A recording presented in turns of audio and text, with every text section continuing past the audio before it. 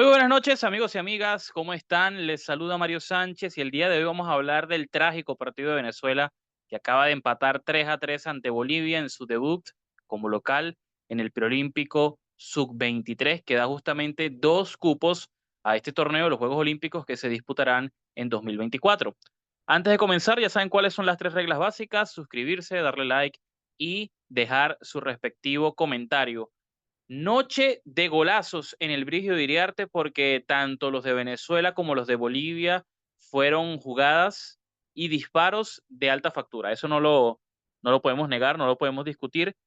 Yo desde días anteriores comentaba que habían algunas incongruencias en la convocatoria de Ricardo Baliño. Incluso aquí estaba el comentario, o mejor dicho, el video en donde hacíamos esos comentarios, en donde preocupaba el hecho de la escasa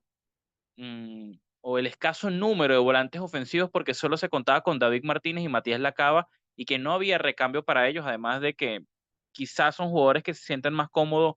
por el medio que por la banda. Además de la curiosidad de contar con cinco delanteros, cinco nueves, en donde quizás a lo mucho podrías necesitar a cuatro, dos titulares, dos suplentes, y el tema del lateral derecho que con Custodio no sé si termina de ser suficientemente sólido. Eso lo comentábamos en la previa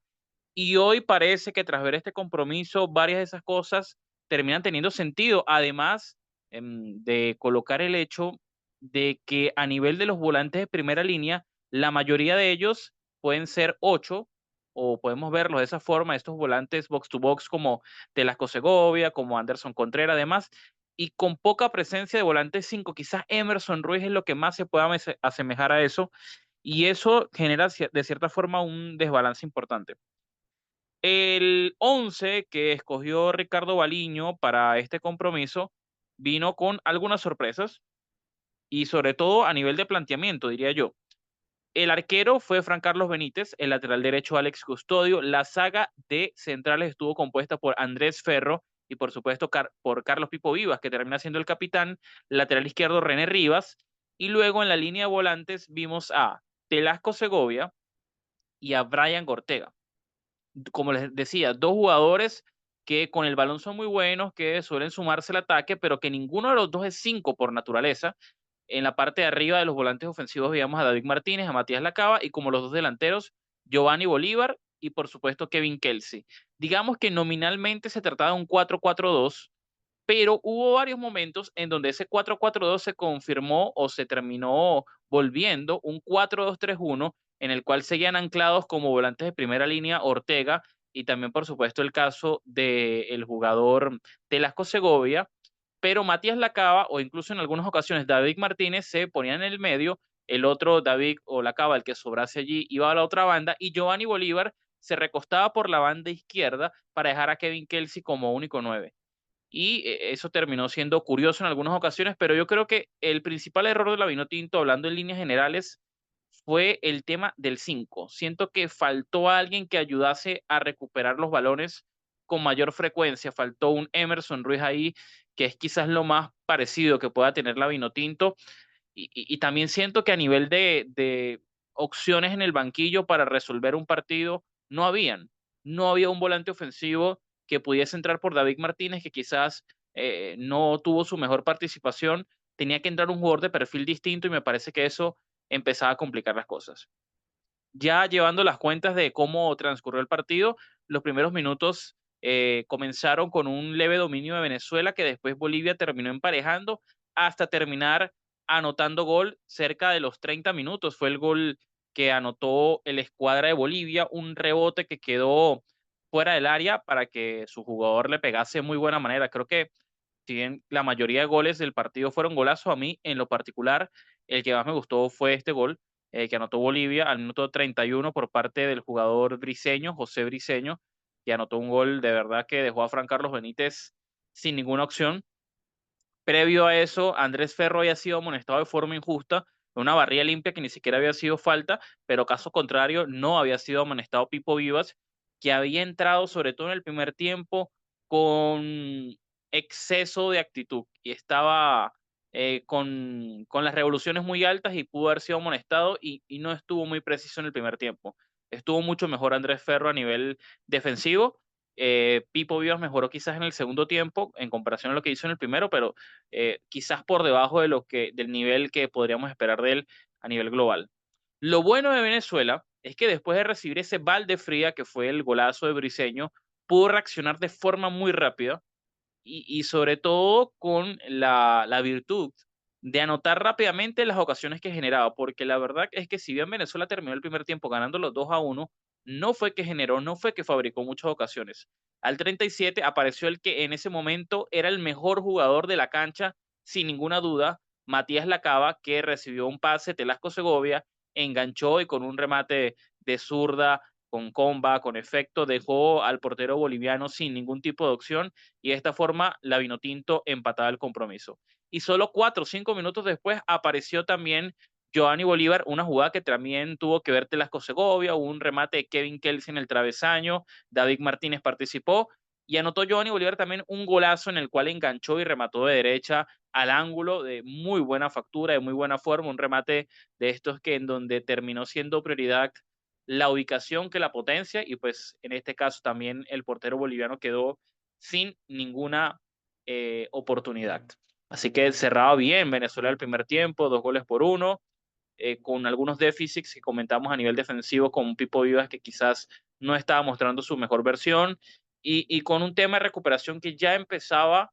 a alertar que podría ser un peligro a mayor.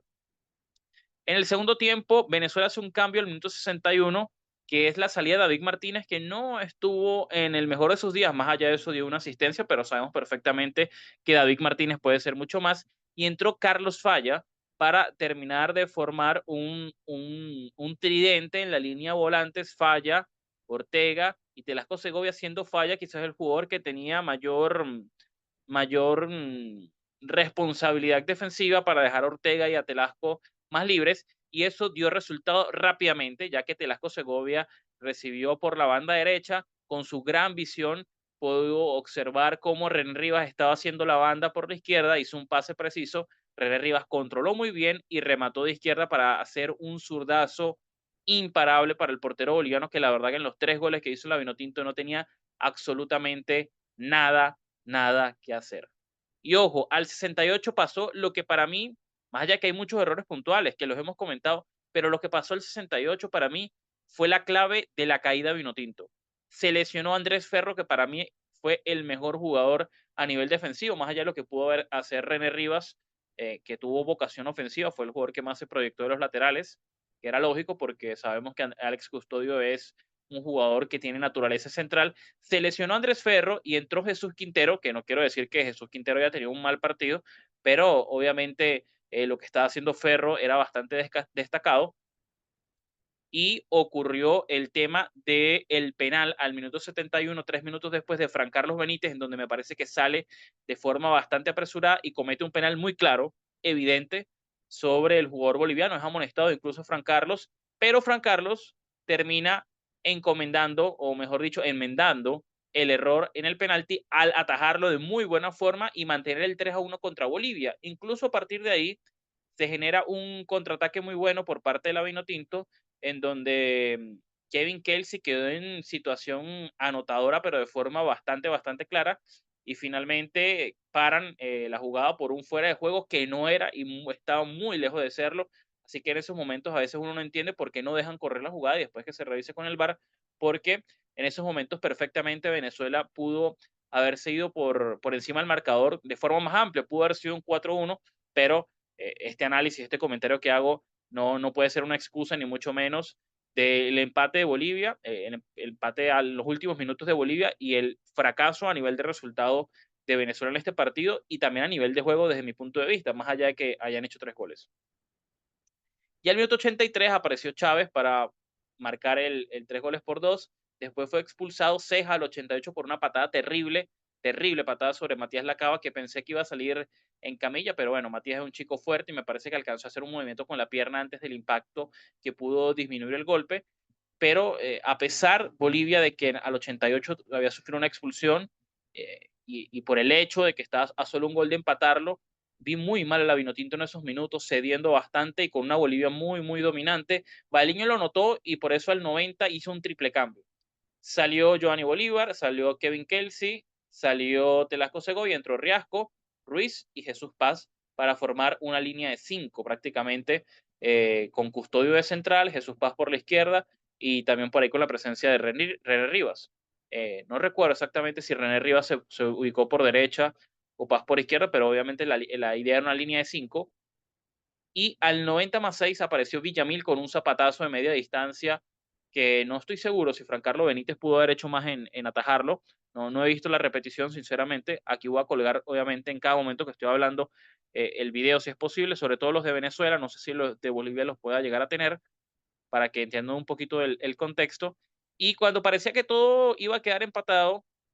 un pase cruzado de la Vinotinto, no recuerdo quién lo hizo, dejó a José Riasco en posición anotadora de forma bastante, pero bastante clara, y Riasco la mandó a las nubes de forma muy mala, definió de forma incorrecta, y esa prácticamente fue la última jugada del partido. Venezuela 3, Bolivia 3, muy mal resultado de la Vinotinto. Si había un partido que había que ganar, era este. Vuelve a suceder la maldición del 20 de enero contra Bolivia. El año pasado se perdió 1-0 en el Sudamericano Sub-20. Se logró clasificar. Esta vez es un resultado mejor, un empate 3-3, pero hay que recordar que en el Sudamericano Sub-20 clasificaban 3 de los 5 equipos. En la fase de grupos, aquí clasifican solo 2 de los 5. Ya Ecuador le ganó 3-0 a Colombia, tiene 3 puntos de ventaja. Brasil, bueno, 2 puntos de ventaja porque Venezuela sumó 1 y Brasil está con jornada libre. El próximo compromiso será el 23 de enero, Venezuela contra Ecuador, Brasil contra Bolivia. El 26 de enero hay descanso, 29 de enero Venezuela-Colombia y el 1 de febrero se cierra contra Brasil. Yo les soy totalmente sincero, con este empate Venezuela-Bolivia veo muy, pero muy reducidas las posibilidades de Venezuela clasificar, si no es que ya es prácticamente imposible. La verdad, estos eran los 3 puntos que con mayor importancia se debían conseguir. Obviamente hay que luchar contra todo, contra Ecuador, contra Colombia y Brasil, que ese va a ser el orden a disputar, pero resulta complicado en lo psicológico cómo afrontar este resultado. Y también es que,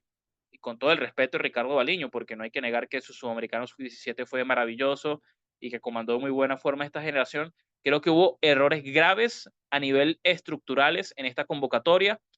Hubo momentos en que hizo falta estos jugadores como Gerson Chacón, Brian Alcócer, el mismo Darwin Mateos que estuvo ahí. No quiero puntualizar en nombres, más allá que aquí los estoy mencionando, quiero puntualizar en posiciones que hacían falta. Si Matías y Lacaba y David Martínez como volantes ofensivos son titulares y alguno de ellos se lastima, tiene una lesión, o en el caso de David, que yo creo que fue por su rendimiento, que quizás no haya sido el mejor, sin ánimos de caerle a David porque sabemos que es un gran jugador, pero simplemente hoy no tuvo su mejor partido. La idea, porque Venezuela estaba ganando 3-1 en esos momentos, o 2-1, estaba cerca del tercer gol, era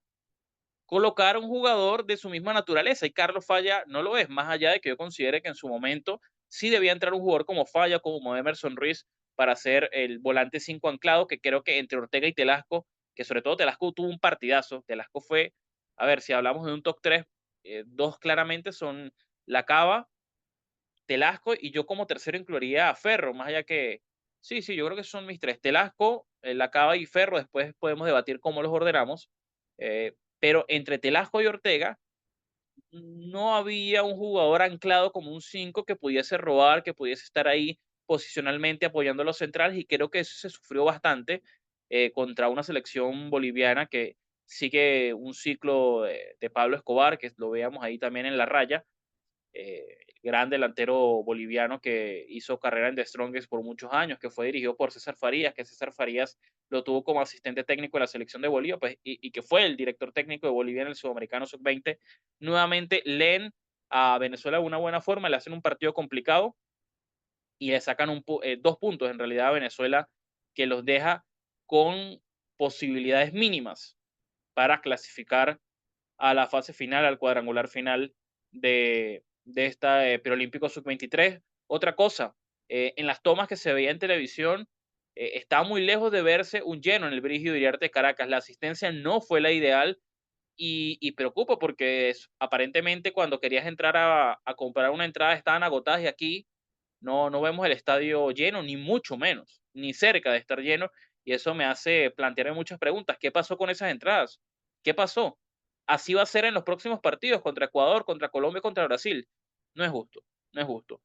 Ahí me gustaría indagar más porque me parece un aspecto muy curioso y hay que ver cómo se recupera Venezuela de este impacto psicológico que es el empate contra Bolivia y va a enfrentar a Ecuador,